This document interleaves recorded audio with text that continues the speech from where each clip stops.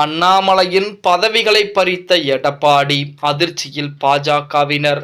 நண்பர்களே, அதிமுக தொண்டர்களாக இருந்தீங்க அப்படின்னா மறக்காம நம்ம சேனலை ஃபாலோ பண்ணிக்கங்க.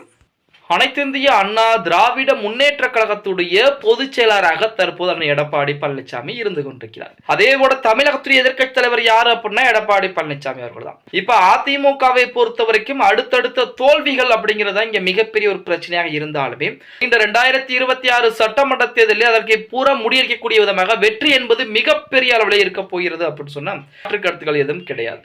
இப்ப கடந்த 2024 அந்த நாடாளுமன்ற தேர்தலிலே அதிமுக பாஜக கூட்டணி என்பது இருந்திருந்தால் கண்டிப்பாக இடங்களுக்கு மேல ஜெயிச்சிருப்பாங்க. ஆனால் ஏன் அப்படி வெற்றி வாய்ப்பை வந்தாலுமே அந்த வாய்ப்பை எங்களுக்கு வேண்டாம் அப்படின்னு சொல்லி எடப்பாடி பழனிசாமி விலக ஆரம்பிக்கிறார் அப்படின்னா கண்டிப்பாக அந்த இடத்துல ஏதோ ஒரு பிரச்சனை என்பது இருக்கிறது. அது என்ன பிரச்சனை அப்படின்னா நமது அண்ணாமலை அவர்கள் தான். ஏன்னா அண்ணாமலை, அதாவது பாஜகவும் அதிமுகவும் கூட்டணி இருக்கக்கூடிய அந்த சமயத்திலே கூட்டணி கட்சிகளை விமர்சனம் செய்ய ஆரம்பித்தார். அதுவும் கூட்டணி கட்சியை விட்டு அந்த கட்சியுடைய தெய்வங்களாக இருக்கக்கூடிய ஜெயலலிதா அம்மையார் ஆகட்டும் மற்ற முக்கியமான தலைவர்களாகட்டும் அவளை பூராமே பார்த்தீங்க அப்படின்னா விமர்சனம் செய்ய ஆரம்பித்தார். அதுதான் அதிமுகவிற்கு மிகப்பெரிய ஒரு கோபத்தை உண்டாக்க ஆரம்பிக்கிறது. அதன் காரணமாகவும் மற்ற சில பிரச்சனைகளின் காரணமாகவும் அதிமுக பாஜக கூட்டணியில் என்பது விழுந்தது. 2024 2026 சட்டமன்ற தேர்தலிலுமே அதிமுக பாஜக கூட்டணி என்பது கிடையாது அப்படிங்கிற அறிவிப்பை எடப்பாடி பழனிசாமி வெளியிட்டிருந்தார்.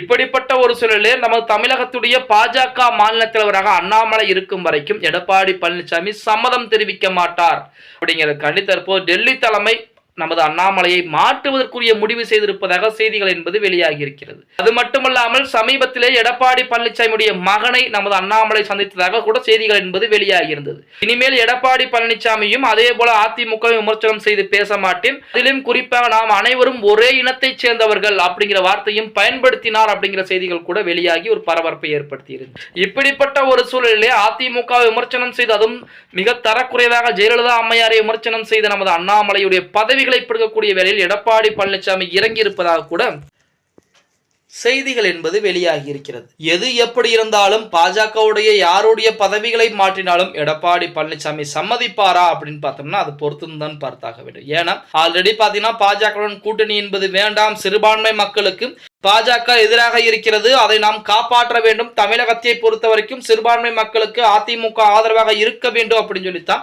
நமது அதிமுக பாஜக கூட்டணியை விட்டு வெளியேறியது. இப்ப 2026 சட்டமன்ற தேர்தலிலே அதிமுக பாஜக கூட்டணி அமையுமா இல்லையா அப்படிங்கிறத நம்ம பொறுத்து பார்க்கலாம். ஓகே गाइस, வீடியோ பிடிச்சிருந்தா மறக்காம ஒரு லைக் பண்ணி விட்டுருங்க.